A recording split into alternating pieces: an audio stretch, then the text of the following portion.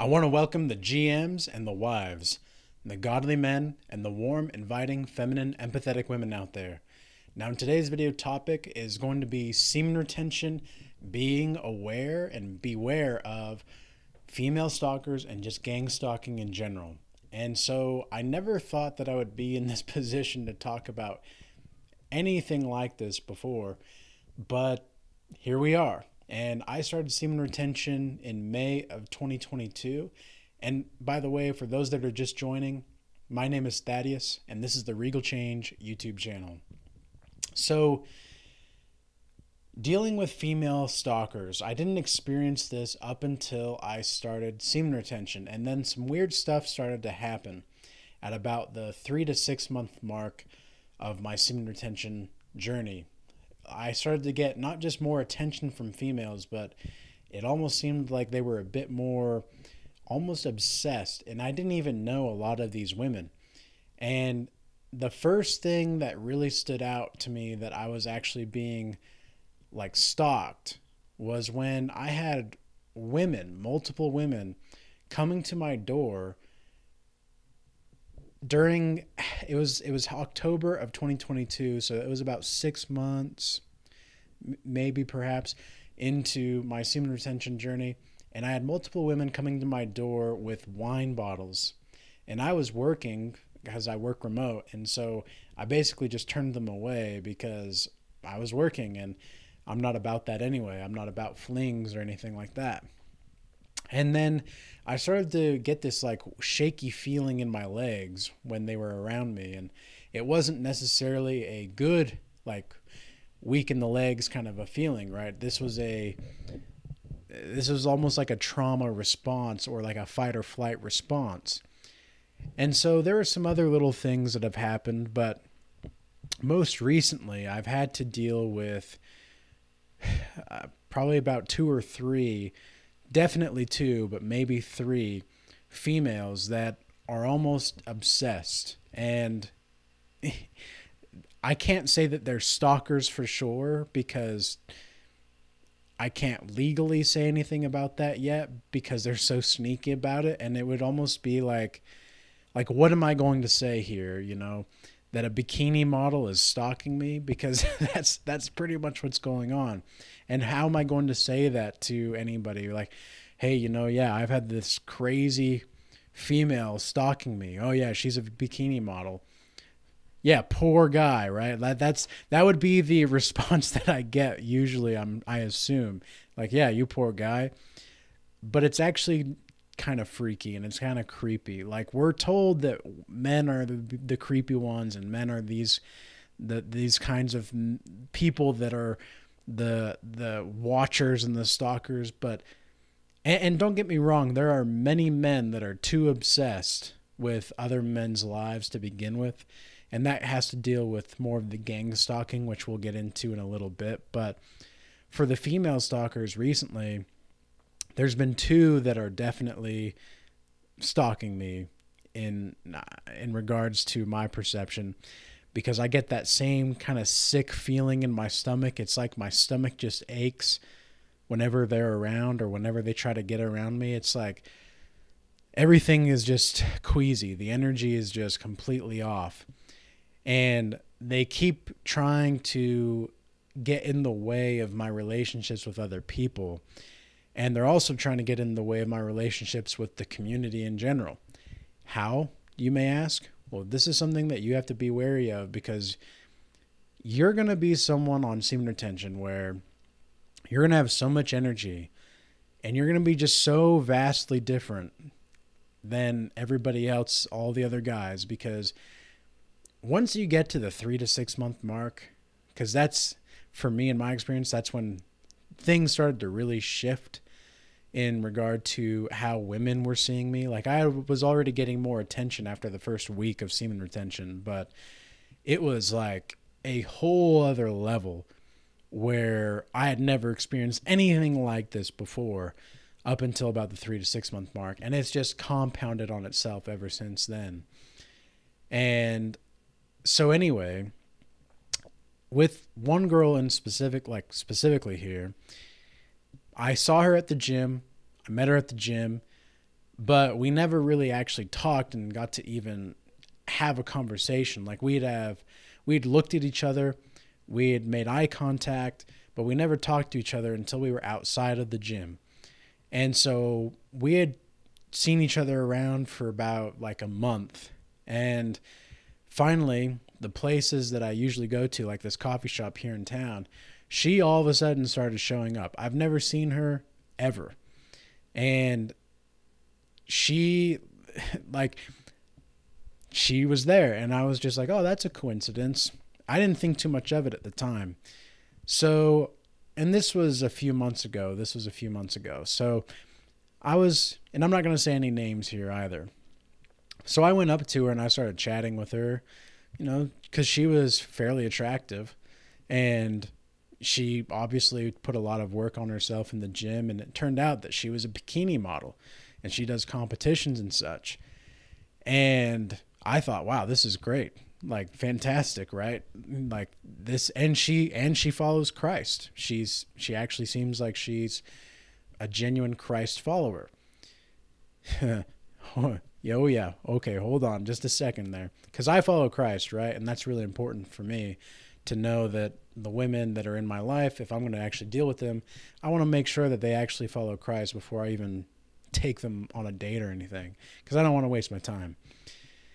So I got to talk to her a little bit, but I don't get her number because I'm not quite feeling the energies just right. So I walk away from the situation. About a few days later, I start to see her at the stores that I go to. I go to a certain grocery store, usually at a certain time, because it's just part of my routine. I'm a very routine-oriented kind of person. And so that's the time that I usually go, and all of a sudden she was there. But I didn't say anything, and I just kept it moving because I thought, okay, that's a little weird. Then I started switching up my gym times a little bit on the weekends because that's when I would usually see her. Started seeing her more and more there, like for multiple weeks. And I started to notice that she wouldn't stop staring at me. Then it turned out after another week or two later, I would see throughout other places. I started to go to a different coffee shop for a week. She was there. Crazy. It was starting to get a little creepy. So what am I going to say? What am I going to say to these people, like to the authorities or something? Hey, a bikini model is stalking me. Like I can't say that because what am I going to, yeah, so many people are going to feel bad for me, huh? So this was kind of a strange story.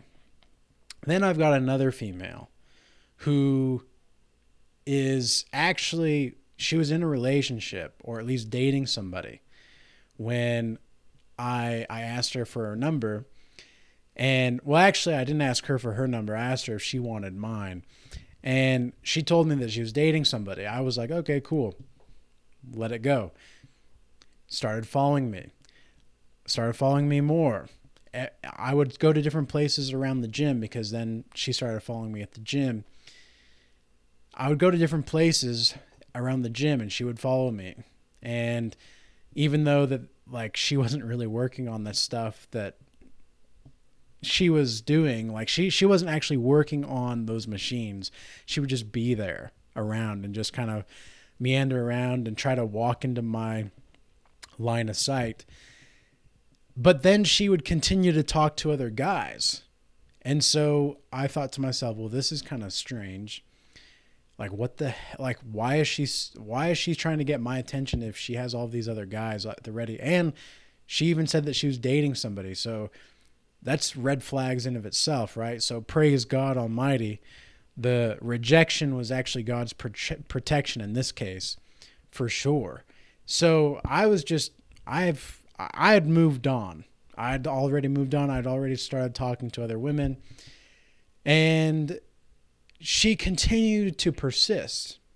Well, now over the last couple months, again, she's showing up at the same times I'm going to the gym. I've seen her car outside of my house. Okay. And how do I know it's her car? Because she made sure that when I got to the gym, she would park next to me and then try to talk to me as we're going inside. And it was like as we're going inside to the gym. It was just these kinds of things never happened before semen retention. Okay. It could be a combination of me just building myself up as well as actually just being on semen retention. But it's almost like the semen retention has amplified all of this stuff. Okay. And to go over to the gang stalking bit as well, you guys got to be careful, males and females alike, because if you're a female and you're practicing celibacy, that's going to be something that, again, you need to be careful of the men that you're inviting into your life. If you are actually you are actually warm, inviting, feminine, and empathetic, you are a wife, potential wife, or actual wife. You've got to be careful of the men too, because just as creepy as these women can be, so can the men. And it's almost like you can't, like some of these men and some of these women just cannot take no for an answer, because and this is something that, again, has not really happened up until semen retention, at least to the degree in which it's actually happening. But it's like these people are just so obsessed with your life because you have so much energy and you are operating in a pure energy that they just either want to take what you have or want to prohibit you from moving forward in a proper fashion, because you are someone that actually has dreams and you actually want to make them come true. And many people don't want to see you actually make your dreams come true, because why? If you were to do that, it would reflect on them what they're really not doing with their life. Okay. So for all of the men out here that may have these kinds of female-like stalkers, or just noticing the red flags in general, don't deal with these women. Don't deal with them. What I'm doing now is completely ignoring these women, and they're still going to persist. I understand that. They're still going to do what they do. But with a couple of women in the past, I've actually made them think that it was like I've tried to instigate like a disdain on their part for me, just so that they could leave me alone. And I'm starting to think that that's what I'm going to have to do with either of these women that I just talked about and referred to, because it can be kind of scary how aggressive they can be. These kinds of people that it's almost like they don't even want you, right? And this is the same with a lot of the gang stalkers. They don't even want you. They want your energy. That's the freakiest part of it all, is because this is all spiritual. This is all a spiritual thing. This is a spiritual war that we are going through, right? Especially when we are retaining our seed as men, or for women out there that are actually just trying to be a pure being. They want your energy and they want your pureness because they can't create it within themselves. They have to take energy from other people. They can't create it within. And that's the freakiest part of it all. That's really the freakiest part, is knowing that they could not care less about you as a person. They just want to be able to have that experience or be with you. They don't really care. And that's why I get the feeling that I do in my gut, like that achy feeling around these kinds of people. And I just go to a different place. I just move on. I just go somewhere else. And if it needs to escalate to the point to where I need to say something to them, I will, because I've done that in the past. There was a woman that I wasn't necessarily on semen retention at the time. I was going through like NoFap, and I didn't even know it though. Like I didn't know that I was on semen retention, but I would only play with myself like once every week or two. And I noticed that this one woman in particular who happened to be fucking married, and I didn't know it. And we were talking for about a month or two. And when I found out that she was married, I pretty much told her that the situation was squashed. We need to. This was done, and this was years ago. This was 3 years, 2.5 years ago, 2.5 years ago, and I pretty much told her that we're not going to continue to do this. I do not want to see you. I do not want to talk to you. And she got so offended by this that she went to her like her bosses, because she had been working at this place and that I was meeting her at. And she went there and they pretty much told me that they would get the authorities involved if I continue to try to have like if I try to have a relationship with her. And I was like, I was the one that told her that I don't want a relationship with her because she's married. And so these women are, it's crazy. Like, and she was married. She was married. And so I had a talk with her bosses where I had to clear the air and I had to say, look, yeah, no, I'm not a house wrecker. I'm not a home wrecker. I was the one that said no. And it's like, this is what's so crazy about the society that we live in. If there's a male stalker or there's a male that's trying to like force a woman into a relationship, there are plenty of other males and other people all around that are ready to stop that male stalker. But if you have a female stalker and as a man, you're saying, look, no, this is her. She is the one stalking me. She's the one trying to get me. I said no. She didn't like it. So now she's trying to sabotage my life because of it. It's like that doesn't necessarily fit into the programs of our society. And so this is one of the reasons why you men have to be very careful with the women that you're dealing with nowadays. And this is why vetting women is so important. And on semen retention, you're going to be able to see this a mile away. Okay. Like this bikini model that I referred to when I talked to her at the coffee shop that I usually go to, I sensed the energy was off. Just in that brief conversation, I was like, I don't want to pursue this. Like, yeah, she's very attractive. She seems like she's going to play the part of that, following Christ like woman, but something about this just doesn't feel right. And my instincts were telling me just to leave it alone.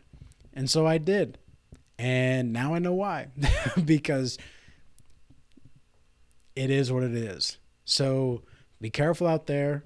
Listen to your body. Listen to who you are. And on semen retention, this is going to be a lot easier too, because you're going to be more in tune with yourself and your own resources internally. But listen to your body, listen to your feelings, trust them, and act accordingly. Act accordingly. Remember, there are no wrong feelings. There are just wrong ways to act on your feelings. So with that being said, I hope this message was useful and insightful. And until next time, peace be with you.